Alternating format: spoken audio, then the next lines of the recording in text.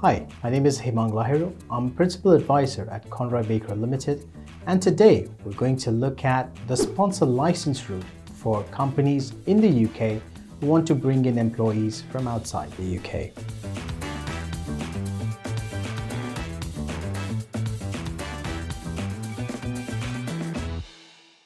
There are 40,000 companies on the sponsor license register with the Home Office.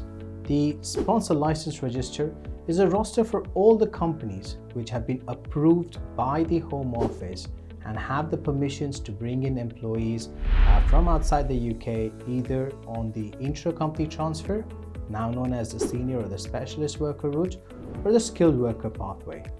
And this is under the Tier 2 of the points-based system.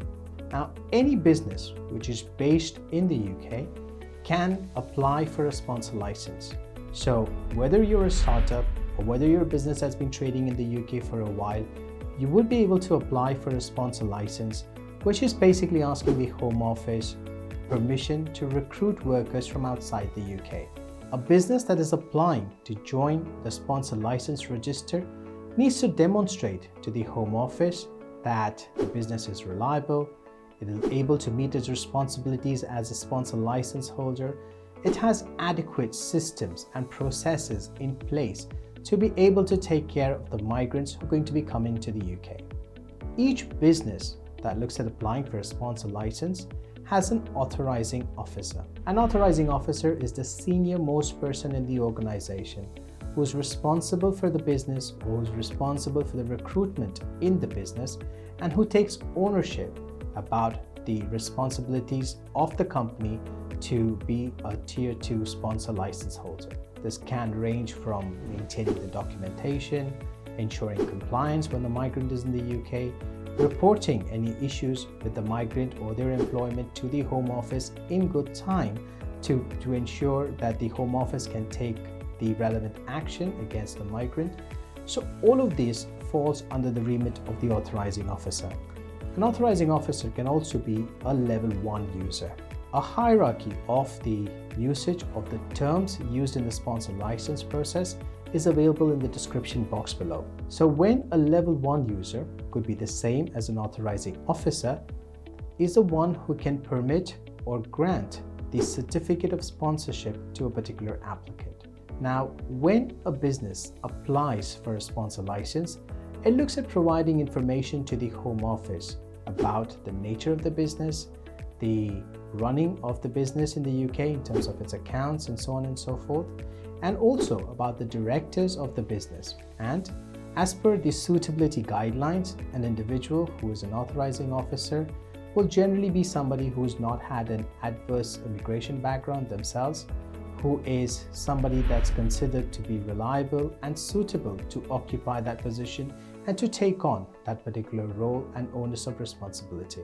The Home Office, in its pursuit of ensuring that the sponsor license process is seamless for UK businesses, has transitioned over the last couple of years to a completely online process. Companies can now look at completing their application forms online, provide the documents to the Home Office in the soft copy format to ensure that there is no lag and there is no need for them to provide cumbersome list of documents in the hard copy format.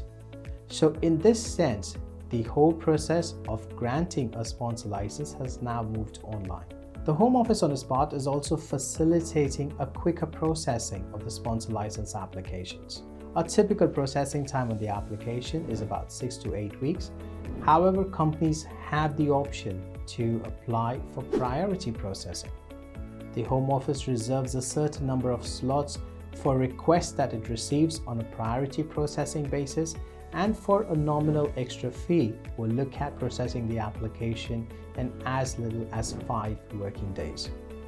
So as long as the authorizing officer is able to provide all the documents to the Home Office within the prescribed time period, the Home Office will look at processing the application at its earliest within the 6 to 8 week timescale, or within the pre-priority processing if that's applicable.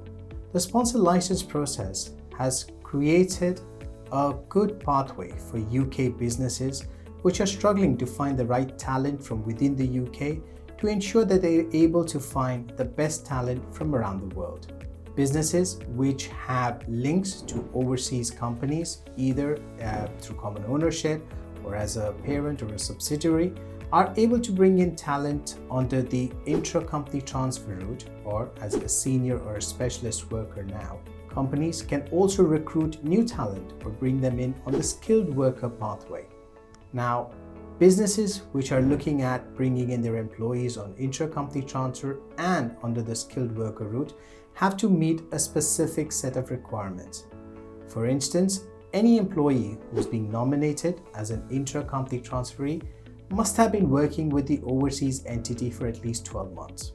Also, they need to be paid at a prescribed level of salary, which is known as the going rate for that particular job.